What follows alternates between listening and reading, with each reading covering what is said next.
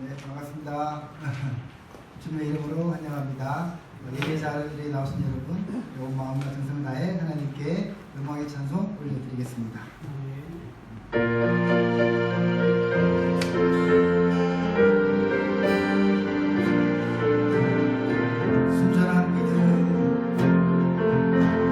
순전한 믿음은 말보다 행하는 것, 이 세상 속에서 자기를 정결케 하는 것.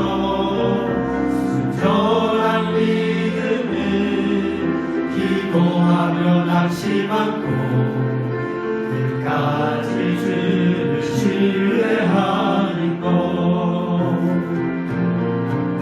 순전한 믿음은 십자가 복음 믿고 하나님의 맘에 살아계심을 믿는 것. 순전한 믿음은 주 나를 부르실 때 영원한 천국이 있음 믿는 것. 순전한 믿음을 가진 자, 세상 풍파가 와도 두렵지 않으리. 순전한 믿음을 가진 자, 주 하나님의 동역자로 영광스러운 멸류관쓰리. 순전한 믿음은 말보다 행하는 것, 이 세상 속에서 자기를 정결케 하는 것. 순전한 믿음은 기도하며 낙심하고 끝까지 주를 신뢰하는 것. 순전한 믿음은 날 부르신 이곳에서 하나님 나라와 영광을 위해 사는 것. 순전한 믿음은 우리를 부르신 주 끝까지 함께 하신 믿는 것.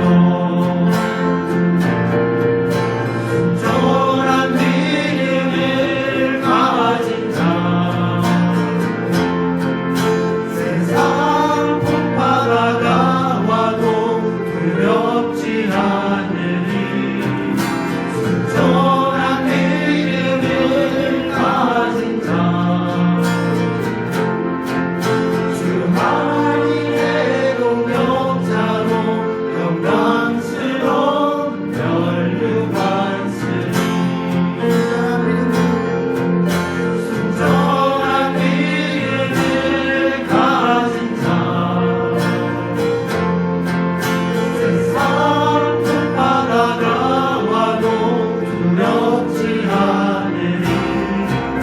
순전한 믿음을 가진 자, 주 하나님의 동역자로 영광스러운 멸류관쓰리. 주 하나님의 동역자로 영광스러운 멸류관쓰리. 할렐루야. 2022년 순전한 믿음을 가지시고 주 하나님의 멋진 동역자가 되시기를 축복합니다.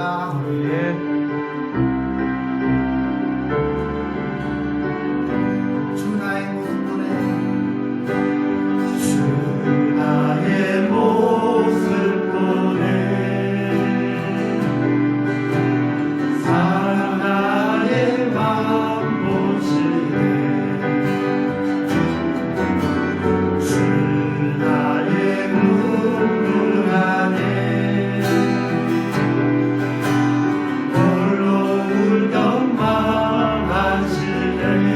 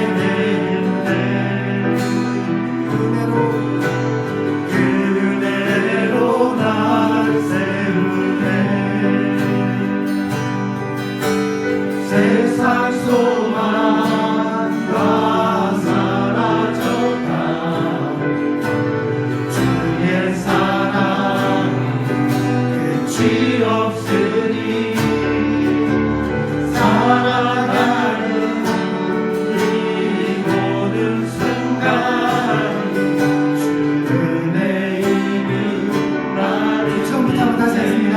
주 나의 모습 보내 주 나의 모습 보내 상한 나의 마음 보시네 상한 나의 마음 보시네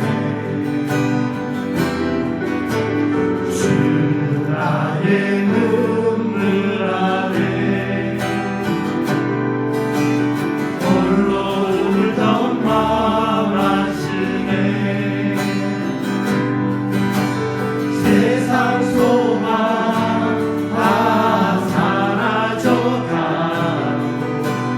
주의 사랑 끝이 없으니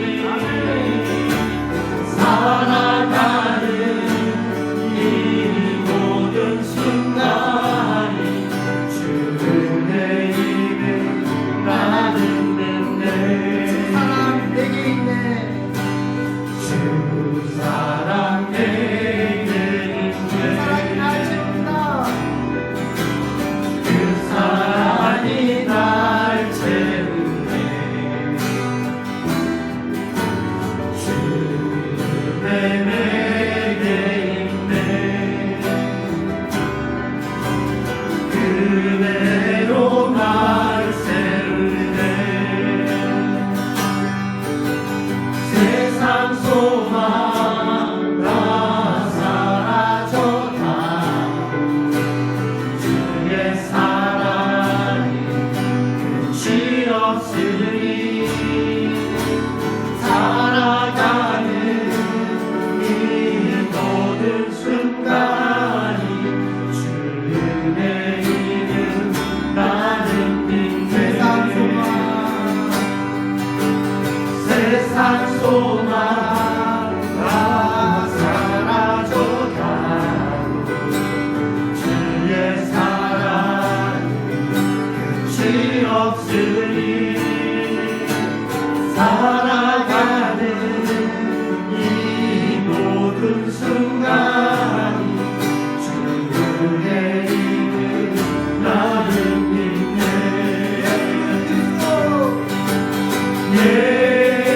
예수는 그리스도 예수는 주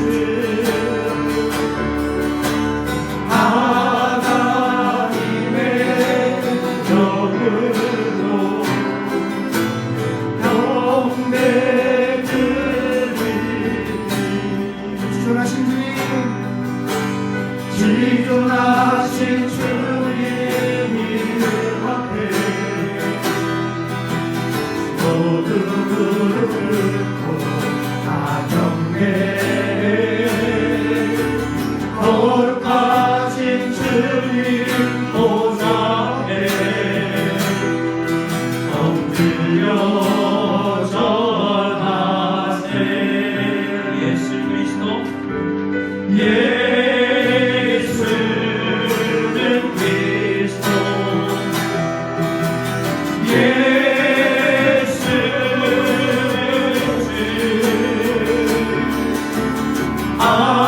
하나님의 영으로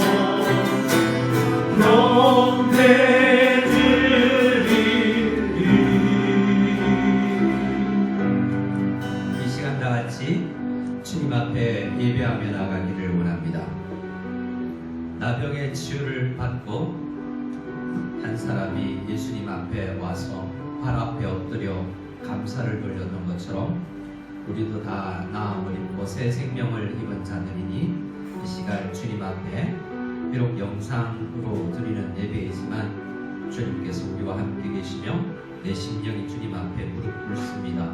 감사를 발견하고 온전히 고백할 수 있는 우리에게 도와주시옵소서. 간절히 우리 한 마음으로 간절히 나에게 말씀하여 주시옵소서. 나의 찬송과 예배를 받아주시옵소서. 함께 기도드리고 우리 모두를 대표해서 서영철 목사님 기도해 주시겠습니다. 기도하겠습니다. 하나님 아버지 감사합니다. 주께서 내 아침을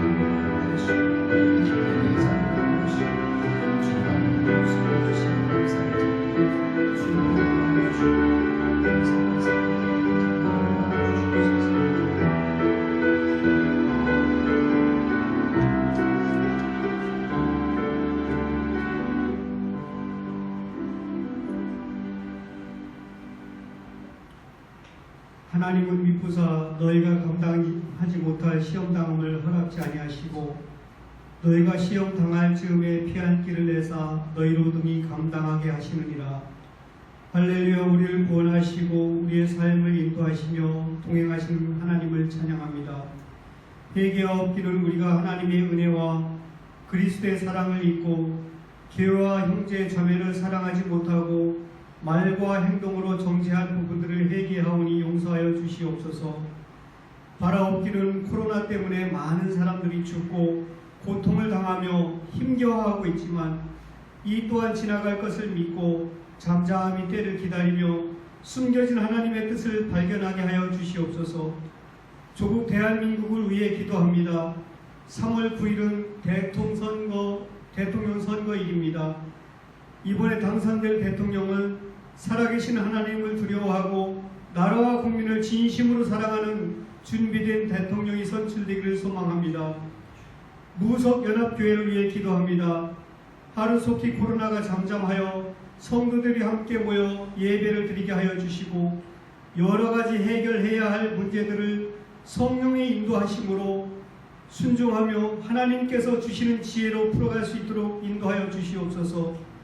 교회의 두 분의 선생님과 계획위원회를 비롯 각 기관이 있습니다. 항상 영육이 강건하여 서로 합력하여 선을 이루어 하나님께서 맡겨주신 사명을 잘 감당하여 잘하였다 칭찬받는 일꾼들이 될 수 있도록 도와주시옵소서. 간절히 바라옵기는 우리의 미래인 유치부, 주일학교, 중고등부 학생들을 위해 온 성도가 함께 기도하며 하나님의 말씀과 그리스도의 사랑으로 양육하여 지혜와 명철과 총명이 날로 더하여 세상에 휩쓸리지 않고 선과 악을 분별하는 아이들로 성장시켜 주시옵소서. 오늘 드리는 예배와 찬양을 기뻐받아 주실 줄 믿사오며 예수 그리스도 이름으로 기도드립니다. 아멘.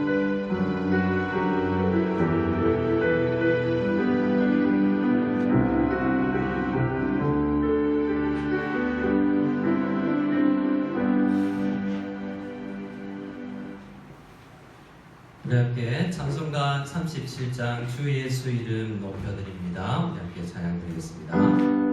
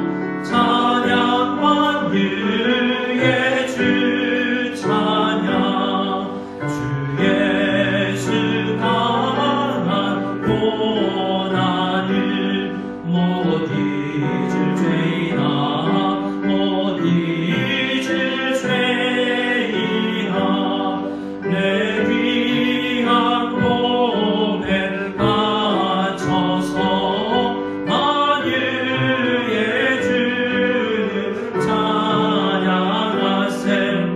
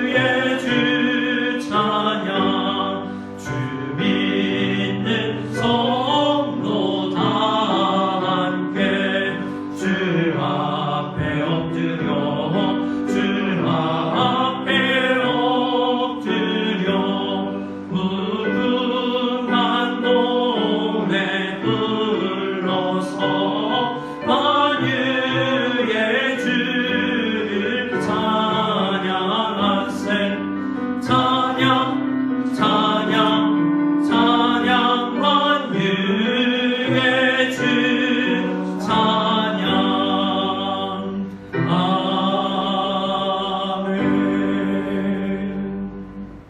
함께 봉헌기도 올려드리겠습니다. 하나님 감사합니다. 오늘 주일 아침 저희들이 모여서 하나님 앞에 예배를 드립니다. 가족들이 모여서 혹은 홀로 격리하며 또한 병상에서도 주님 앞에 나아갑니다.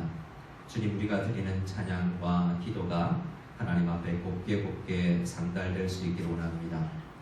향로에 담겼던 향이 주님에게 향기로운 제물이 되었던 것처럼 성도의 기도가 또한 우리의 헌신이 우리의 모든 예배가 하나님 앞에 간절히 올려 드려지기를 소원하오니 드릴 만한 것이 되게 하여 주시옵소서. 과부의 두 랩돈처럼 적은 물질을 혹 드릴지라도 우리의 마음을 감사하오니 은혜 더하여 주시고 우리의 각 가정과 열심히 일하는 모든 가장들의 또한 일하는 성도님들의 모든 직장 현장 가운데 함께 하시어 안전을 지켜주시고 또한 길을 열어주시기를 간절히 소원합니다. 더욱더 주님 앞에 잘 드릴 수 있는 환경을 만들어 주시옵소서. 때로는 버티기도 하고 미래가 없이 보이는 상황이지만 그 가운데 길을 내시는 하나님, 광야의 길을 만드시고 사막의 강을 만드시는 우리 주님의 놀라운 은혜가 우리 모두와 함께하기를 간절히 소원합니다. 도와 주시옵소서. 주께서 함께하여 주시고 축복하여 주실 줄 믿사옵고 예수 그리스도의 이름으로 기도드리옵나이다. 아멘.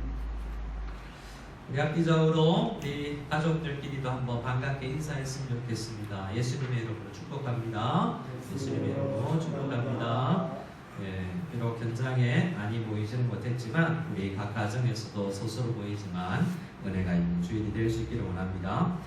교회 소식은 우리 네이버 카페에 들어오셔서 확인해 주시기 바랍니다. 이제 위챗으로 소식들을 드리지 못하고 있는데요. 우리 네이버 카페에 아직 가입을 하지 못하셨다면 가입하셔서 들어오셔서 늘 점검해 주시고 확인해 주시고 또 이번 주일 설교 제목이 어떠한지도 또 본문이 어떠한지도 미리 봐주시고 미리 묵상해 주시면 감사하겠습니다. 학습 입교 세례식을 신청을 받습니다. 오늘까지 마감을 할 계획인데요. 우리 주위에 혹시 학습 입교 세례에 해당되는 분들이 없는지 잘 확인해 주시면 감사하겠습니다. 양육반, 훈련반도 오늘 모집하기로 하고 훈련생이 채워지지 않으면 모집 인원에 해당되지 않으면 폐강을 해야 될 것 같습니다. 여러분 또 여러 가지 기도의 제목이 있고 또 구체적으로 이름을 드러내지는 않지만 또 이번 주에 입원하시는 분도 계시고 합니다. 많은 환우들 또 주위에 계신 연약한 성도님들을 위해서 축복해서 또 병 낫기를 위해서 함께 기도했으면 좋겠습니다. 우리 함께 하나님의 말씀을 보겠습니다. 하나님의 말씀은 사도행전 9장입니다. 사도행전 9장 31절에서 42절. 사도행전 9장 31절로 42절 말씀입니다. 우리 성경을 찾으셨으면 같이 한 목소리로 천천히 함께 말씀을 보겠습니다. 31절부터 성경에는 43절에서 9장이 끝나지만 42절까지 보도록 하겠습니다. 같이 보겠습니다.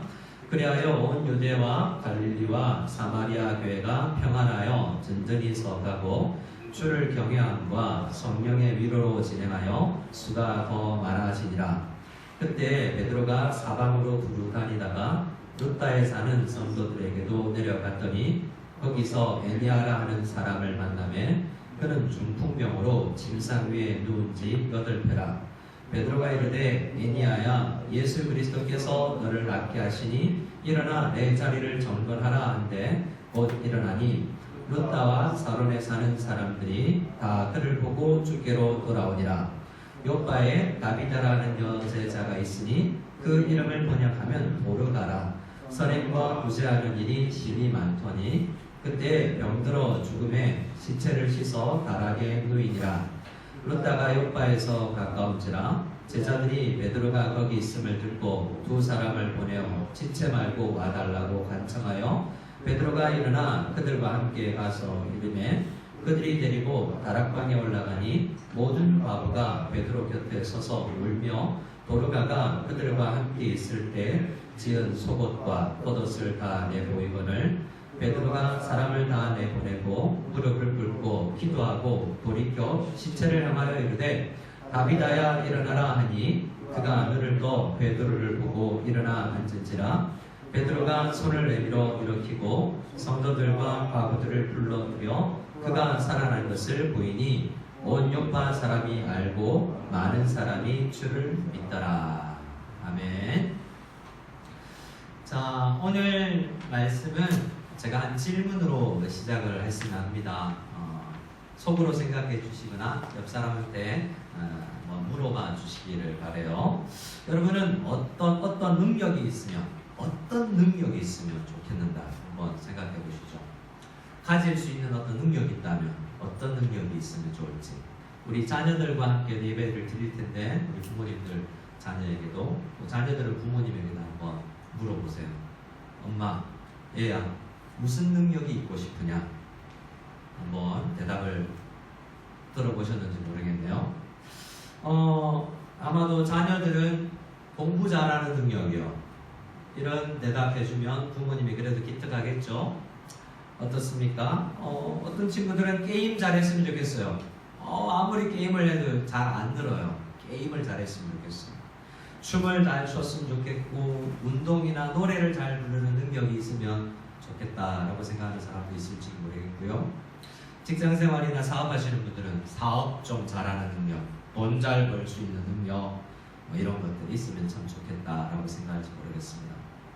아마도 어린 친구들은 어벤져스에 나오는 초능력자들처럼 하늘을 날거나 어떤 큰 괴력을 가진 사람들이 그런 능력이 있으면 좋겠다라고 생각할지 모르겠습니다. 저는 한번 생각해봤어요. 나는 어떤 능력이 있기를 원할까? 지금 나에게 없는데 어떤 능력이 있으면 좋겠을까? 라고 생각해봤을 때 저는 병 고치는 능력이 있으면 좋겠어요. 지난주 중에도 병원을 다녀왔고 그 지지난주에도 병원을 다녀왔고 병원을 가면 왜 이리 아픈 사람이 많은지요? 우리 교회에도 병 치유를 원하는 분들이 있고 또 수술을 위해서 입원하는 분도 계시고 우리 한국에 있는 가족들도 다치고 아프고 합니다. 근데 병을 치유할 수 있는 능력이 얼마나 좋겠어요. 성도님들을 치유해주고 그냥 말로만 위로하지 않고 병을 낫게 해주면 얼마나 좋을까라고 생각해봐요. 또 어떤 능력이 있으면 좋을까? 사람을 살리는 능력이 있으면 좋겠습니다. 죽은 사람 살리면 그런 능력이 있다면 어벤져스나 이런 영화를 보면 죽은 사람도 살아나기도 하고 그래요. 물론 이상해지겠지만 그러면 효도 못했던 아버지, 할머니, 또 친척들, 또 다른 성도님들 더 깊이 지내지 못했던 분들하고 좀 제외하면서 못했던 것들을 좀 할 수 있지 않을까라는 생각에 죽은 사람 살릴 수 있으면 좋지 않을까라는 생각도 합니다. 물론 불가능하지만요. 오늘 우리의 본문 사도행전 9장 31절부터를 보면 이 두 가지 능력이 나타나는 것 같아요. 하나는 병 고치는 것, 하나는 죽은 사람이 살아나는 것. 이게 성경에 기록되어 있단 말입니다. 성경에 여러 번 나옵니다. 많이 나오는 건 아니지만 곳곳에 나와요. 그래서 오늘 본문을 우리가 읽으면서 주님께서는 무엇을 원하실까? 이런 본문 읽으면서 우리에게 원하는 마음을 무엇일까? 한번 생각해 봤으면 좋겠습니다. 우리 31절을 먼저 한번 같이 읽기로 원합니다. 31절을 같이 읽겠습니다. 그리하여 온 유대와 갈릴리와 사마리아 교회가 평안하여 든든히 서가고 주를 경외함과 성령의 위로로 진행하여 수가 더 많아지리라. 31절은 오늘 본문의 배경인데요. 온 유대 지역의 교회와 또 갈릴리 지역의 교회들과 또 사마리아 지역의 교회들이 생겼고요. 그 교회들이 여러 교회들이 평안하고 든든히 서 갔다라고 이야기를 합니다. 그리고 점점 성도님들의 숫자도 많아졌다고 해요. 7장, 8장, 9장을 보면 교회가 핍박을 당했는데요. 예루살렘 교회를 중심으로 핍박을 당했었는데 이제 잠시 극한 핍박의 시대가 소강 상태로 잦아들고 잠시 평안을 찾은 때라는 것입니다. 어떻게 교회에 대한 핍박이 멈췄을까를 생각해 볼 필요가 있습니다. 사울 한 사람이 9장 앞부분에서 변화되었는데 사울 한 사람만 있는 게 아니거든요. 전체 유대인들이 사내들이라는 유대인의 리더십들이 기독교를 박해하자라는 정책을 썼기 때문에 쉽게 이 핍박은 잦아들지 않았을 수 있어요. 근데 왜 그랬을까라고 성경학자들이 역사를 살펴보니까 당시에 로마 3대 황제가 칼리굴라라는 사람인데요. 그 사람이 점점 처음에는 좀 좋은 황제로 있다가 점점 자기가 신인 줄 알았어요. 그래서 자기를 신처럼 숭배해라고 해서 많은 종교 단체들에게, 종교에게 그들이 신전이 있으면 그 신전에다가 자기 동상을 세우라고 하는 거죠. 그래서 예루살렘에 있는 성전에 하나님의 언약궤가 있고 예배드리는 장소가 되어야 되는데 거기다가 황제 칼리굴라의 동상을 세우라고 그러니 유대인들의 모든 관심사가 거기로 쏠린 거죠. 지금 이 사실은 이단들을 잡아서 없애는 것이 아니라 더 중요한 것은 하나님의 예배 처소를 지키는 것이다라고 생각해서 그들의 관심사가 옮겨가게 된 것입니다. 사실 이런 배후에는 하나님의 도우심이 있는 거예요. 모든 일들 뒤에는 교회를 위해서 무언가를 제거해 주시고 교회를 위해서 뭔가 막아주시는 하나님의 섭리가 있는 것입니다. 우리 하나님은 그렇게 교회가 든든히 서갈 수 있도록 때로는 이렇게 지키시는 이상한 일 같이 보이지만 그것들로 교회가 든든히 서갈 수 있는 배경을 만들어 주신 거예요. 32절 말씀을 보면 그때 베드로가 사방으로 두루 다니다가 룻다에 사는 성도들에게 갔다라고 이야기해요. 두루 다닐 수 있다라는 것은 베드로는 예루살렘 교회를 지키려고 떠나지 않으려고 했거든요. 근데 지금 두루 출장 다닌다는 거잖아요. 이렇게 다닐 수 있게 됐다는 거예요. 31절에 그 평안함과 이어져 가는 것입니다. 잠시의 자유로움이 생겨난 것입니다. 근데 이 오늘 본문은 이 베드로가 룻다라는 지역에 갔을 때 생겼던 일이에요. 룻다에서 애니아라는 사람을 만났는데요. 이 사람은 중풍병으로 8년 동안이나 침대에서 누워 지낼 수밖에 없었대요. 혹시 우리 어린 친구들은 중풍병 이러면 무슨 병인지 잘 알지 못할 수도 있겠어요. 어릴 때 동네에 중풍병 푹 맞았다 이러면서 중풍병 걸려서 몸을 잘 못 가누는 어른들이 꽤 계셨던 것 같아요. 근데 오늘날 현대의학에서는 뇌졸중이라고 부르는 이 중풍병에 걸려서 8년이나 누워 있었어요. 여러분 병원 생활을 해보셨는지 모르지만 8년 동안 근육을 안 쓰고 누워 있으면요 거의 일어나는 힘이 없습니다. 근육이 다 없어져요. 나이와 좀 상관이 있겠지만 말이죠. 그런데 이 중풍병 환자가 일어나는 사건이에요. 오늘 본문을 보면 사도 베드로가 애니아를 만나서 이렇게 말합니다. 애니아야, 예수 그리스도께서 너를 낫게 하시니 일어나 내 자리를 정돈하라. 예수 그리스도께서 너를 낫게 하신다 라는 말씀을 확신 있게 전했습니다. 이런 말을 함부로 할 수 있었을까라고 생각해보면 특별한 일이었었던 것 같습니다. 자, 이런 본문 예수 그리스도의 이름으로 일어나 걸어라 할 때 누군가 벌떡 일어나 8년 동안 몸을 못 가누는 중증 환자가 일어나는 일 쉽지 않은 일이죠.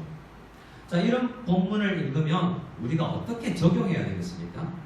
병이 낫는 이런 본문들을 보고 우리에게 어떤 적용을 할까 한번 생각을 해봐요.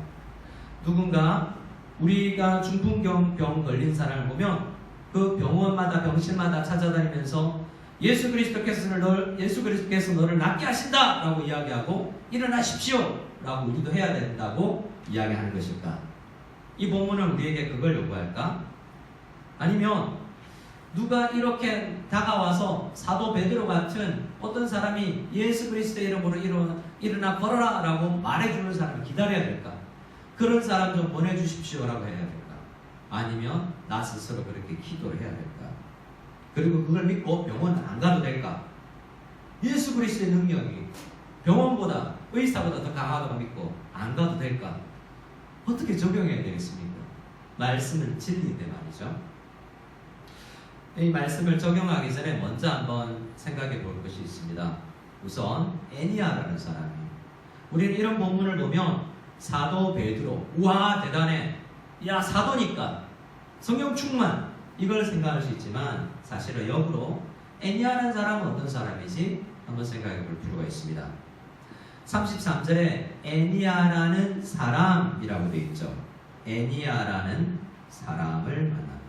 이게 좀 독특한 표현이에요. 오히려 애니아라는 사람, 어떤 사람이에요. 근데 이름은 애니아, 이 정도죠. 보통 사도행전, 특히 신약 성경에서 성도라고 표현할 때는 이렇게 표현하지 않습니다. 사도행전에서 성도는 교회 다니는 사람, 예수 믿는 사람은 제자라고 그래요. 제자들을 보러, 예수 믿는 사람들을 보러 만나러, 성도들을 만나러. 32절에도 루다 지역의 성도들 만나러 갔잖아요. 근데 애니아는 성도가 아닌 것 같아요. 왜냐하면 주의 제자 혹은 형제 가운데 누구, 성도 가운데 누구, 이렇게 표현해야 되거든요. 이 사람은 애니아라는 사람이에요. 그래서 성경학자들은 이 사람은 예수 안 믿는 그냥 루다에 사는 한 사람, 불신자였다라고 생각을 합니다. 우리는 보통 병 낫는다라고 생각하면 어떻게 해야 되냐면, 성도님들에게 당신이 병 낫는다라는 믿음을 가져야 돼요. 하나님께서 내 병을 치유해 주신다는 믿음이 있어야 낫습니다라고 이야기해요. 근데 불신자가 나오면 어떻게 돼요? 그 사람 믿음이 없잖아요. 하나님을 모르잖아요. 또 병이 나으려면 병 고치는 사람에게, 사도에게 병 고치는 은사가 있어야 된다라고 생각합니다. 여기에는 사도 베드로는 여러 번 하나님께서 병 고치는 일로 쓰임을 받았기 때문에 그렇다고 할 수 있지만, 예수 믿지 않아 보이는 애니아도 지금 병을 낫고 있다는 거예요. 하나님께서는 필요하실 때 누구든지 낫게 할 수 있어요. 예수 믿는 사람이나 안 믿는 사람이나 하나님께서 능력을 보여주시는 것입니다.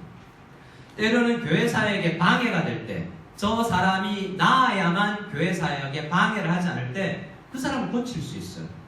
혹은 복음 사역에 필요할 때 우선 병 낫게 하고 부르실 수도 있어요. 따라서 오늘 우리 이런 본문을 볼 때 우리는 우와, 사도들에게 병 고치는 능력이 있었네, 그 은사가 나도 있었으면 좋겠다 라고 생각할 수 있지만, 더 다른 관점은, 혹은 더 중요한 관점은, 하나님께서 왜 애니아를 고치셨을까? 하나님께서 왜 예수 믿지 않는 사람같이 보이는 애니아를 고치셨을까? 라는 질문도 해봐야 됩니다. 하나님, 이 생각을 잠시 머리에 두고 다음 본문으로 넘어가 보죠. 36절을 가면 욥바라는 지역이 있고 다비다라는 이야기도 있습니다. 욥바에 있던 여제자라고 하죠. 이제는 36절에 보면 욥바의 다비다라는 여제자라고 그러죠. 다비다라는 사람이 아니에요. 이 사람은 예수 믿는 사람이에요. 그러니까 하나님은 예수 믿는 사람이든 믿지 않는 사람이든 낫게 하실 수 있는 분이죠. 마찬가지의 관점. 하나님께서는 죽은 다비다를 왜 살리셨을까? 와, 어떻게 고쳤지가 아니라 왜 살리셨을까? 라는 질문을 가지고 말씀을 보기로 합니다. 38절에 보면 루다에 베드로가 있는 걸 알고 욥바라는 도시가 가깝기 때문에 사람들을 이 두 사람이 와서 다비다라는 제자가 죽었다라는 것을 알리고 와 달라라고 간청을 합니다. 이 죽은 사람의 이름은 다비다인데요. 번역을 하면 도르가라라고 되어 있습니다. 그래서 도르가라는 이름이 여전도에 일을 많이 하는 봉사와 구제를 하는 사람의 이름으로 이름이 또 불리게 돼요. 도르가. 이 두 말은 아람어와 헬라어인데요. 같은 뜻이에요. 가젤, 혹시 동물을 가면 가젤이라는 영양이라는 사슴처럼 생긴 그 동물이 있지 않습니까? 아주 마르고 날씬하고 이쁜 그런 아름다움을 가진 동물이라는 의미에서 별명으로 혹은 이름으로 이렇게 붙였나 봐요. 나이가 얼마인지는 모르지만 아마 과부들과 함께 있었던 것으로 봐서 나이도 꽤 들었던 것 같습니다. 사람들이 왜 다비다가 도르가가 죽었는데 왜 베드로를 간청했을까? 자, 사람이 죽었습니다. 근데 베드로 사도가 가까이 있대요. 베드로 사도 왔으면 좋겠다. 어떤 마음으로 불렀을까요? 크게는 두 가지 중에 하나일 거예요. 아마 기독교식으로 장례 좀 지내주세요. 왜냐하면 장례를 함부로 지낼 수 없으니까 기독교식으로 장례 지내주세요 라고 생각했을 수도 있고, 본문의 흐름은 혹 베드로 사도가 오면 죽은 도르가도 살아날 수 있겠다라는 생각으로 그를 베드로를 와달라고 간청했을 수도 있겠습니다. 혹시 근데 베드로는 와서 도르가를 살립니다. 어떻게 해요? 도르가의 시신 앞에 무릎을 꿇고 기도하여서 시체를 향하여서 이렇게 외칩니다. 다비다야 일어나라. 우리는 예수님께서 비슷한 말을 한 것으로 기억하는데요. 달리다 굼 하면 소녀야 일어나라 라는 이야기였습니다. 여기는요 다비다 쿰 되는 거죠. 다비다야 쿰 일어나라. 다비다 쿰이라고 말했을 거예요. 그래서 죽은 다비다가 눈을 뜨고 살아납니다. 이 사실로 성경에 기록되어 있어요. 조금 전 우리가 함께 나누었던 애니야 이야기도 마찬가지이지만 오늘 우리는 이러한 본문들을 만나면 나 아픈데 나 질병 좀 나았으면 좋겠다. 나도 이런 기적적기를 경험했으면 좋겠다 라는 생각을 할 수 있습니다. 물론 충분히 생각할 수 있는 생각입니다. 하지만 우리는 또 한 가지를 알아야 됩니다. 베드로도 마찬가지고 우리는 병을 고치거나 죽은 사람을 살리는 능력이 우리에게는 없다는 사실을 분명히 인정하고 알아야 돼요. 모든 치유와 능력과 생명을 주시는 분은 하나님 한 분밖에 없습니다. 믿으십니까? 우리 하나님만 하실 수 있는 일이라는 것을 기본 전제로 가져야 돼요. 그러니까 베드로가 살린 게 아니에요. 베드로는 하나님 하신 일을 본 거죠. 하나님 하시는 일에 쓰임받은 통로가 된 거죠. 그래서 우리는 저 능력 나도 그렇게 됐으면 좋겠다가 아니라 오늘 본문을 통해서는, 이러한 본문을 통해서는 하나님이 왜 애니야를 고쳐주셨을까? 왜 도르가를 살려주셨을까? 라는 질문을 해보아야 됩니다. 자칫 잘못하면 36절에서 말하는 것처럼 도르가가 이렇게 기록되어 있어요. 선행과 구제하는 일이 심히 많아. 이야, 역시 교회 열심히 하고 좋은 일 하고 돈을 들여서 구제 사업하니까 하나님이 죽었는데도 살려주시는구나 라고 생각을 할 수도 있지 않겠습니까? 그러면 우리도 열심히 교회 일하고 열심히 구제하고 열심히 봉사하고 섬기면 죽어도 살려주실까요? 오늘 성경은 그렇게 된다라고 이야기하지는 않아요. 우리는 롯은 왜 살려주셨는지 그 깊은 뜻을 이해할 수는 없지만 우리가 묵상을 통해서 생각을 해봅니다. 하나님께서 어떻게 하나님께서 어떻게 고치셨을까라기보다 왜 고치셨을까 이 질문을 계속 해본다는 거죠. 하나님께서 질병을 고쳐주시면, 죽음에서 살려주시면 내가 남은 나의 인생을 어떻게 살 것인가 라는 질문을 해봐야 된다는 거예요. 애니야가 질병에서 고쳐주면, 아니면 병상에 누워있는 우리 성도님들이나 우리 가족이나 내가 침상에 누웠을 때 하나님 고쳐주시면 내가 어떻게 건강을 통해서 일할까? 혹은 죽을 병인데도 하나님께서 살려주셔서 주어진 건강과 생명으로 주님 나라를 위해서 내가 뭘 해야 될까? 이 생각을 해볼 필요가 있어요. 잠시 우리 주보에 기록해드린 누가복음 16장을 또 묵상하고 다시 그 질문으로 가보도록 하겠습니다. 누가복음 16장을 보면 부자와 거지 나사로 이야기가 나와요. 아마도 많이 아시는 이야기일 거예요. 누가복음과 사도행전은 누가라는 동일한 사람이 기록했습니다. 오늘 우리의 본문인 사도행전도 누가복음도 누가라는 의사 출신의 선교사가 기록한 거예요. 부자 나사로 거지 부자와 거지 나사로 둘 다 죽습니다. 그런데 하나님은 둘 다 살려주지 않으세요. 부자도 죽었고 그냥 지옥 가고요. 거지 나사로는 천국 갔지만 다시 살려주지 않으세요. 이런 성경들을 보면 모든 사람을 고치시거나 모든 사람을 죽음 가운데서 살리는 것이 아니다라는 것을 알 수가 있죠. 부자는 지옥불에 떨어진다는 것이 얼마나 큰 고통인지를 알고 땅에 아직 살아있는 5명의 형제를 위해서 아브라함에게 하나님께 부탁을 합니다. 나사로를 다시 살려서 땅에 보내주시면 땅에 있는 내 가족들이 이런 고통스러운 지옥에 안 올 수 있을 것 같아요. 그러니 나사로 좀 살려서 땅에 보내주세요라는 부탁을 합니다. 그런데요, 하나님은 어쩌면 도르가를 죽음에서 살리신 것처럼 나사로를, 여기서 나사로는 우리가 아는 마르다 마리아의 형제가 아니라 거지예요. 거짓 나사로, 다른 나사로예요. 그 나사로를, 거짓 나사로를 살릴 수도 있지 않겠어요? 도르가도 살리셨는데 말이죠. 성경에는 여러 사람 살리는 이야기가 나오지 않습니까? 게다가 요청이 뭡니까? 예수 믿지 않는 5명의 형제를 위해서 나사로를 살려달라고 요청을 하니까 충분히 5명의 영혼을 위해서라도, 그 가족을 위해서라도 죽은 나사로 살릴 수도 있을 겁니다. 근데 오늘 성경에서 누가복음 16장에서 이야기하는 게 뭐냐면 31절입니다. 2번이나 이 부분이 반복되는데요. 31절을 같이 한번 읽어볼까요? 시작. 이르되 모세와 선지자들에게 듣지 아니하면 비록 죽은 자 가운데서 살아나는 자가 있을지라도 권함을 받지 아니하리라 하였다 하십니다. 뭐라고 이야기합니까? 사람이 죽었다가 살아나는 기적을 본다고 해서 예수님을 믿는 게 아니라는 거예요. 그런데 오늘 본문의 결론과는 좀 다른 것 같습니다. 그렇게 이야기하면 사도행전 9장 35절에 이 애니야 이야기의 결론은 이렇습니다. 룻다와 사론에 사는 사람들이 다 그를 보고 죽게 돌아오니라. 또 죽은 도르가를 살린 이야기의 결론은 42절인데요. 또 비슷해요. 온 요파 사람이 알고 많은 사람이 주를 믿더라. 이 사도행전 본문만 보면 기적이 일어나니까, 병고침이 있으니까, 죽은 사람이 살아나니까 예수 믿더라 라고 바로 해석할 수 있는 여지가 있는 것 같지만 그렇지 않아요.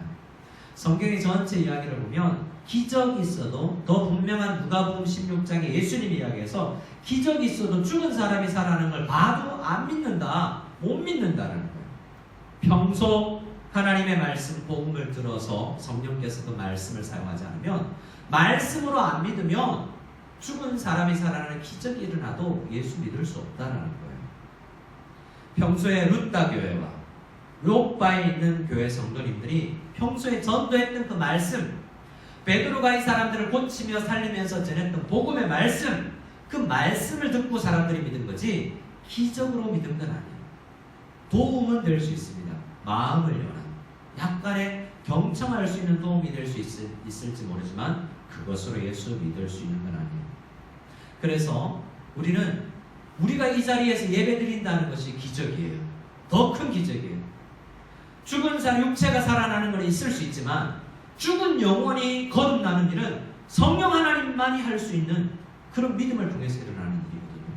날마다 그래서 우리 교회 안에서도 기적이 일어나고 있다는 것을 우리는 생각해야 됩니다. 우리는 많은 경우 특히 사도행전 같은 본문을 보면 병 고치는 은사, 방언의 은사, 각양의 은사에 집중을 하는 경우가 있고요. 게다가 다른 은사보다 병 고치는 은사에 더 집중을 하는 경향도 있습니다. 더 높게 여기는 경우도 있어요. 하지만 성경이 강조하는 것은 조금 다릅니다. 모든 은사가 하나님의 선물이에요. 저를 한번 따라해 보실까요? 우리 영상으로 예배드리는 분도 이렇게 한번 따라해 주시면 감사하겠습니다. 모든 은사는 하나님의 선물입니다. 모든 은사는 하나님의 선물입니다. 또 한 번 따라해 주세요. 모든 은사는 동일합니다. 모든 은사는 동일합니다. 여기서 동일하다는 것은 높고 낮고 큰 은사, 작은 은사가 없다라는 거예요. 은사 중에 잘 설명해 주고 있는 장이 고린도전서 12장인데요. 초보에는 드리지 않았지만 그 내용에 보면 은사들을 설명하고 나서 이런 말씀이 있습니다. 병 고치는 은사와 서로 돕는 은사, 하나님께서 동일하게 주신 은사예요. 어떤 사람은 서로 돕는 은사가 있고요. 어떤 사람은 병 고치는 은사가 있대요. 어떤 걸 갖고 싶어요? 병 고치는 은사 있으면 돈도 벌 수 있어요. 그런데요, 병 고치는 은사를 하나님께서 주셨을 때 사람이 타락하고 교만해지고 으쓱해지고 너는 병 고치는 은사 없지라고 교만해지는 경우가 있어요. 그런데요, 다른 은사, 서로 돕는 은사를 받은 사람은 이름도 없이 빚도 없이 늘 날마다 힘든 일만 해요. 근데 몰라줘요. 동일한 은사예요. 성경에서는 은사가, 각양 은사가 크고 작은 게 없고 하나님의 선물인데 선물 주실 때 이게 크고 저게 크고 하잖아요. 그런데 우리는 서로 돕는 은사를 가졌다고, 나는 날마다 돕기만 해, 이런 은사는 필요 없어 라고 가치 없게 여기기도 하고, 병 고치는 은사가 더 크다, 더 좋다라고 생각도 합니다. 생각을 해봅시다. 베드로가 더 훌륭한 게 아니에요. 하나님께서 그 은사를 주셔서 잠시 사용한 거예요. 근데 동일하게 이 애니아도 변화되어서 서로 돕는 은사를 가졌을 수 있고요. 특별히 도르가는 돕는 은사를 했던 사람. 죽음 가운데서 사람을 살리는 베드로나 구제와 선행으로 돕는 은사를 가졌던 성도인 도르가나 동일한 하나님의 백성이고 동일한 가치가 있는 거예요. 그래서 우리는 하나님께서 이런 생각을 가지게 했으면 좋겠어요. 병 고치는 은사 가지면 좋겠다는 생각보다 나으면 내가 어떻게 살까라는 생각이에요. 살려주시면 어떻게 살까라는 생각이에요. 주신 은사와 시간을 어떻게 활용할까라는 생각이에요. 누가복음 16장에는 부자와 나사로가 있는 이야기가 있는데요. 17장으로 넘어가면 어떤 마을에서 10명의 나병 환자를 예수님께서 고친 이야기가 나와요. 그게 또 기적이죠. 나병은 더 고치기 어려운 병이에요. 10명을 고쳤는데요. 예수님 앞에 돌아와서 하나님께 영광을 돌리고 예수님 앞에 감사한 사람은 사마리아 이방인 한 명밖에 없어요. 병 나았는데 예수 믿는다고요? 아니에요. 기적 예수 믿지 못한다라는 거예요. 병 나오면 뭘 해야 돼요? 우선 이렇게 병 나았던 누가복음 17장에 나오는 나병 환자처럼 감사하고 예배드리는 삶, 그리고 주어진 인생을 이제 사람들 사이에 섞여서 어떻게 살까라는 생각을 해둘 필요가 있습니다. 또 하나 생각해 볼 것이 있는데요. 도르가를 살리셨다는 이야기 속에서 한 가지 생각해 볼 것이 또 개념이 있다면, 저는 이 묵상을 해봤는데요. 여러분, 죽은 가운데서 살아나는 게 도르가 입장에서는 좋았을까요? 도르가의 가족과 형제와 친구들 가운데서는 도르가가 살았으면 좋겠다 생각할 수 있어요. 도르가는요, 성경이 이야기하는 것은 이 땅에 눈물과 한숨을 거치고 평안과 눈물과 죽음이 없는 곳으로 들어갔잖아요.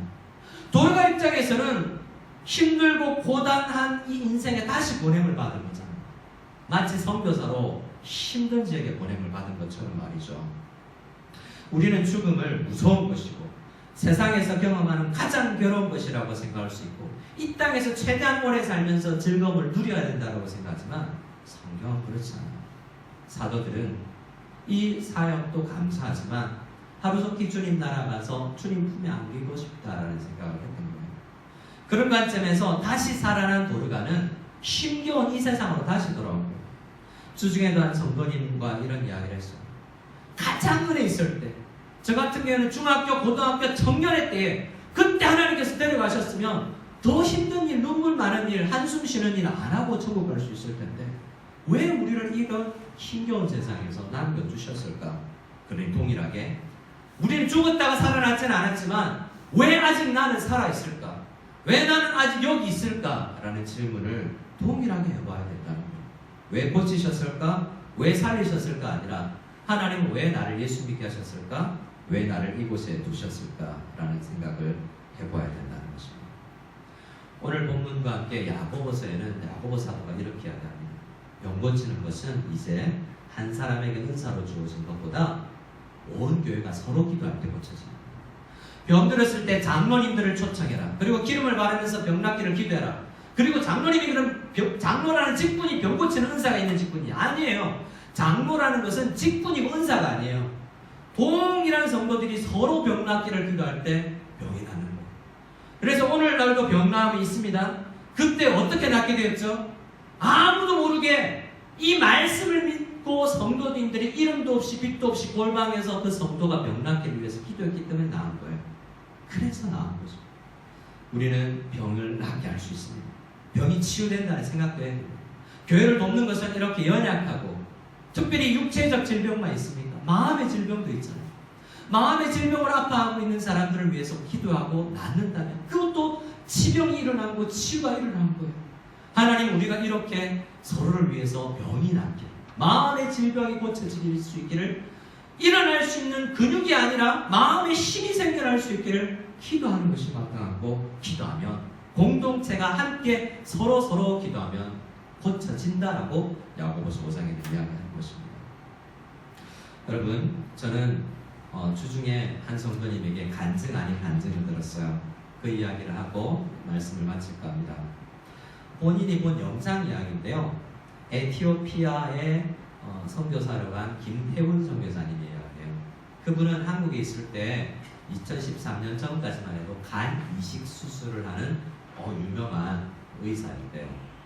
근데 하나님께서 부르셔서 에티오피아로 보내신 거죠. 에티오피아로 가서 그분은 의료 선교사를 갔는데 1년이 채 되지 못해서 2013년에 선교사를 갔는데 2014년에 파킨슨병 진단을 받아요. 선교하러 갔는데 병이 걸리니까 일을 할 수가 없는 거예요. 아직도 그곳에 있는 것을 아는데, 저도 영상을 찾아봤더니 그 설교는 2년 전 영상이어서 최근에 어디 계신지는 모르겠습니다만 6년간 그 파킨슨 병을 가지고 그 선교지에 있는 것을 봐요. 그리고 이야기하는 게 뭔지 아세요? 그곳에 체력도 없고 하나님께서 직장을 옮기셔서 보건복지부로 가서 있는데 하는 일이란 일주일 동안 너무 그 일이 더디게 진행되고 이상한 나라라서 하는 일 없이 책상에 앉아있는 일이에요. 나 선교사로 왔는데 나 뭐하고 있지? 게다가 왜 내가 병에 걸렸지? 이해가 되지 않더래요. 근데 하나님, 왜 내가 여기 있어야 되죠? 한 사람 몇 년 동안 성도한 사람 전도하기도 선교하기도 힘든 여건을 놓고 내가 선교해야 될까요? 병들면 내가 고국으로 돌아가야 되지 않을까요? 생각했는데 한번 은혜를 주시고 하나님께서 경험을 해주셨는데, 소나비가 막 쏟아지는데 집이 멀어요. 뛰어가면 집에 갈 수 있을 것 같은데 옷이 흠뻑 젖을 것 같아요. 근데 바로 옆에 비를 피할 수 있는 처막 나뭇잎으로 비를 피할 수 있을 거예요. 그때 문득 그냥 생각이 들었는데, 하나님께서 주신 마음으로 소나비가 와도 집에 안 돌아가도 돼, 잠시 피할 때가 있잖아, 여기 있어도 돼 라는 말씀을 주시는 것 같더래요. 그래서 하나님께서 큰 그릇이 아니어도 쓰임받기만 하면 되지 라는 생각으로 어떻게든 쓰임받기를 그 병을 안고 사역한다는 이야기를 들었습니다. 디모데후서에 보면 금그릇, 은그릇 이야기가 나와요. 나무그릇도 있고 질그릇 이야기도 있는데요. 중요한 건 뭔지 아세요? 금그릇이 더 귀하 보이고 나무그릇이 더 귀해 보이죠? 병 고치는 은사, 그리고 사람 살리는 은사, 성경에서 이야기하는 건 모두가 동일한 은사요, 동일한 가치가 있는 성도님들이라는 거예요. 이 사역 저 사역 더 크고 작은 게 없다고 이야기합니다. 쓰임 받는 것을 안다는 감사, 그것이 중요한 거죠. 수년 전에 제가 한번 이야기를 해드린 것인데, 책을 읽다가 깨어진 항아리라는 글을 다시 한번 생각해봤어요. 그 이야기가 떠올랐어요. 항아리 입장의 이야기입니다. 금이 살짝 가 있어서 물이 셀 수밖에 없는 깨어진 항아리가 있었대요. 근데 주인은 그 깨어진 항아리를 안 버리고 계속 쓰는 거예요. 그래서 깨어진 항아리는 주인한테 미안했대요. 주인님, 나를 쓰면 저기 물을 길러서 집으로 돌아오는데 계속 물이 조금씩 새는데 나 왜 안 버리고 새 질그릇 안 사, 항아리 안 사고 나를 계속 써주세요. 이런 마음으로, 죄송한 마음으로 그냥 있었대요. 어느 날 그걸 물었대요, 주인님께. 그러니 주인이 어깨에 항아리를 양쪽에 쥐고 가면서 깨어진 항아리에게 이렇게 말했답니다. 우화죠. 길가를 좀 보렴이라고 했더니 길가에 아름다운 꽃들이 피어있대요. 오, 아름다운 꽃들이 길가에 피어있네요 라고 이야기를 하니까 너의 깨어진 그 항아리에서 조금씩 새어나온 그 물 때문에 이 꽃들이 자라날 수 있었단다 라는 이야기를 해줍니다. 그 이야기에서 이야기하는 것도 같은 거예요.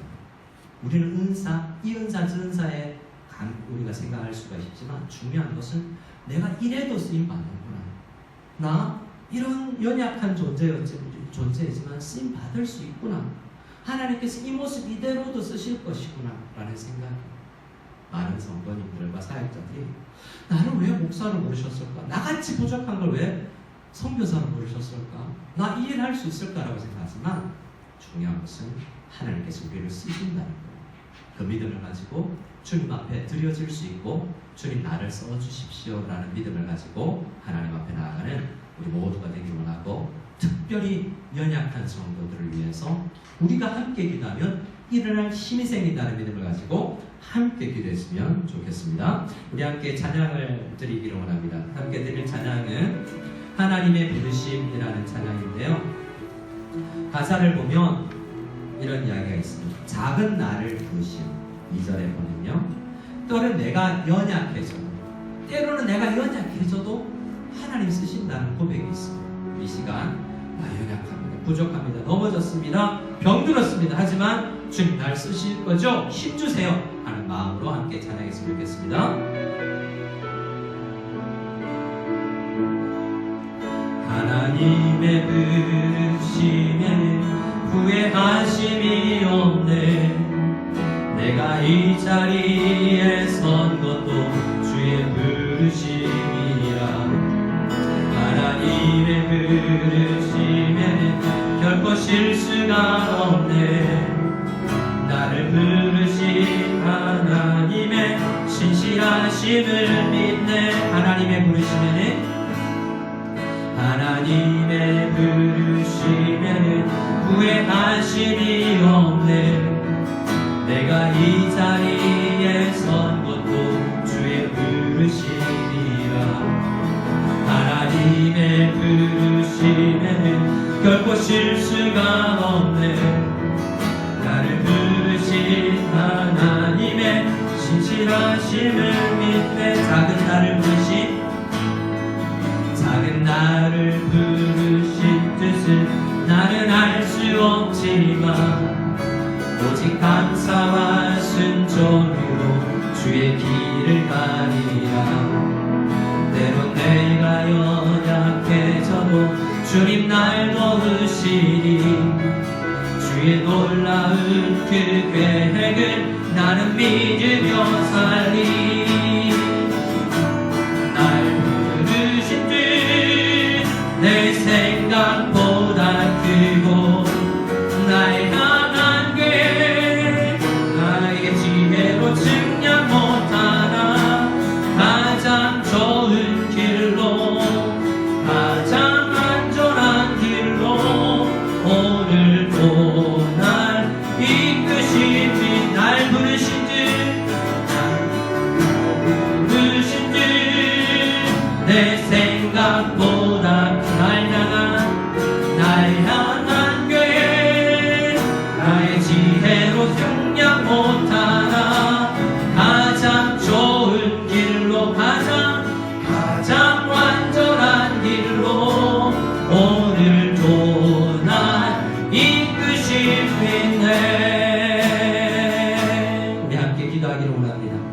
비록 내가 연약하지만, 나는 작지만, 나는 병들었지만 하나님께서 나의 병을 고쳐주시며 하나님께서 나에게 생명을 주셨으면 나는 어떻게 살 것인지를 생각하고, 완전한 길로, 내가 측량하지 못할 그 길로 우리 교회를, 우리 가정을, 우리 직장을, 우리 한 사람 한 사람을 이끌어 주심을 믿고 살아났으면, 병고침을 받았으면 하나님 나라를 위해서 쓰임 받겠습니다. 간절히 주님 앞에 기도하며 더 연약한 성도를 위해서 합심으로 기도하며 나아가기를 소원합니다. 기도하겠습니다. 하나님 아버지, 기도합니다.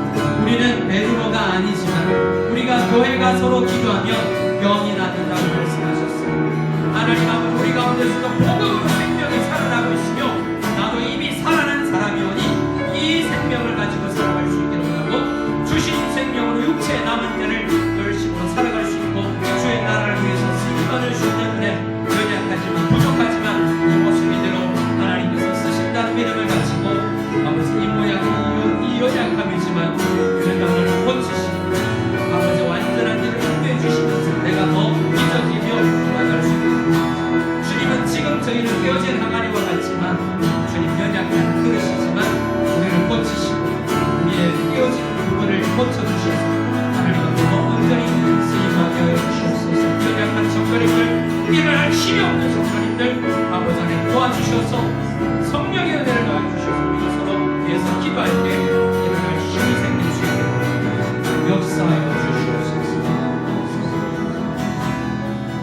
하나님 아버지, 우리 모든 연약한 부분들이 고쳐짐을 당할 수 있기를 원합니다. 우리를 고쳐주시기를 원합니다.